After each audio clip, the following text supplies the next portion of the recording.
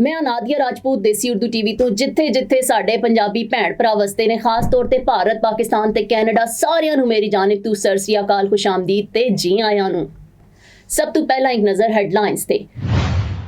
अकवाम मुतहदा दी general assembly इजलास के मौका ते OIC कॉन्टैक्ट ग्रुप की जानिब तो मकबूजा कश्मीर सियासी ते सिक्योरिटी सूरत हाल का जायजा लिया गया।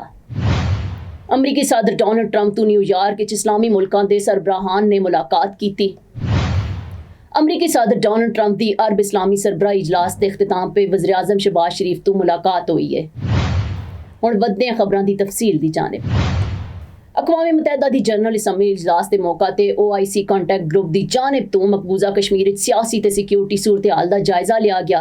तर्जमान दफ्तर खारजा शफकत अली खान के मुताबिक अकवाम मुतहदा जनरल असैम्बली इजलास के मौका ते OIC राबता ग्रुप बराए जम्मू कश्मीर का इजलास होया, जिसकी सदारत OIC असिस्टेंट सैक्रटरी जनरल बराए सियासी अमूर यूसफ एम ने की।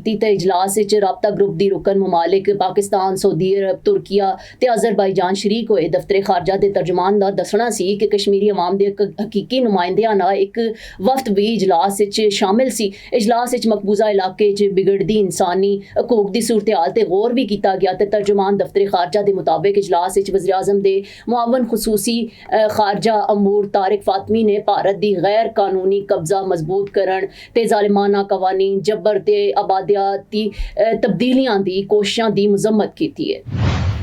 अमरीकी सदर डोनाल्ड ट्रंप तो न्यूयॉर्क इस्लामी मुल्कों के सरबराहान तो मुलाकात हुई। तकरीबन 50 मिनट जारी रहने वाली इस मुलाकात गजा समेत मशरक़ी वस्ता की सूरत हाल ते तफसीली गुफ्तगू हुई। अमरीकी सदर के नाल मुलाकात वज़ीर आज़म शहबाज शरीफ समेत तुर्किया, सऊदी अरब, मुत्तहिदा अरब अमारात, मिस्र, उर्दन, कतर ते इंडोनेशिया के सरबराहान शरीक हुए सन। अमरीकी सदर डोनाल्ड ट्रंप ते मुस्लिम रहनुमा मुलाकात के बाद हाल तो बाहर निकले ते गलबात किए बगैर ही रवाना हो गए। ताम कुछ देर बाद अमरीकी सदर ने मीडिया तो गुफ्तगू करदे होया मुस्लिम रहनुमावां तो मुलाकात में इंतहाई कामयाब करार दिता। ते सदर ट्रंप ने कहा कि गजा के बारे च इन्हां दी अजीम रहनुमावां दे नाल एक गलबात एक चंगी मुलाकात रही है। सदर ट्रंप ने कहा कि इसराइल के अलावा तमाम बड़े प्लेयर्स ने इन्हां दी मुलाकात बहु कामयाब रही है। तो इसराइली रहनुमा तो भी इन्हां दी मुलाकात हुई है। तो मेरे ख्याल च असीं गजा लई कुछ इकदामात कर सकते हैं। दूजी जानिब तुर्क सदर रजब तैयब उर्दवान ने भी सदर ट्रंप की मुस्लिम रहनुमावां तो मुलाकात नूं बहु मुफीद करार दिता है।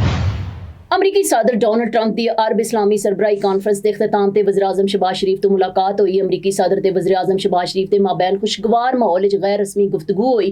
दो रहनुमावां ने मुसाफा किया। इस मुलाकात नायब वज़ीर आज़म इसहाक डार भी मौजूद सन। ते वज़ीर आज़म शहबाज शरीफ की अमरीकी सदर तो 25 सितंबर तो 1-on-1 मुलाकात का भी इम्कान है। दूजी जानिब वज़ीर आज़म शहबाज शरीफ ने अकवाम मुतहदा की जनरल असैम्बली के इजलास के मौका ते खसूसी गुफ्तगू करदे होया कहा कि अमरीकी सदर दुनिया अमन कायम करने लई कम कर रहे हैं। वज़ीर आज़म शहबाज शरीफ ने कहा कि अमरीकी सदर डोनाल्ड ट्रंप ने जनरल असैम्बली खिताब आम गल्लां कीतियां ने ते उन्होंने पाक भारत जंग बंद कराने भी आम किरदार अदा किया सी। देसी उर्दू टीवी तो फिर वक्त इतना ही। मजीद खबरां ते अपडेट्स लई वेखदे रहो देसी टीवी USA, DTV NN ते साडा OTT प्लेटफॉर्म DTV Flix जिते 3000 तो ज़ायद चैनल्स नूं वेखिया जा सकता है। Neurological care is a pressing healthcare challenge in Pakistan. That's why Helping Hand USA is building Kind R, a world-class hospital with 130 plus clinics that is set to establish new standards for neurological care in Pakistan. As the first phase nears completion, anticipation is growing for the launch in the second half of 2025. Give zakat and sadaqah through Helping Hand USA today and join this historic endeavor to redefine future healthcare in Pakistan.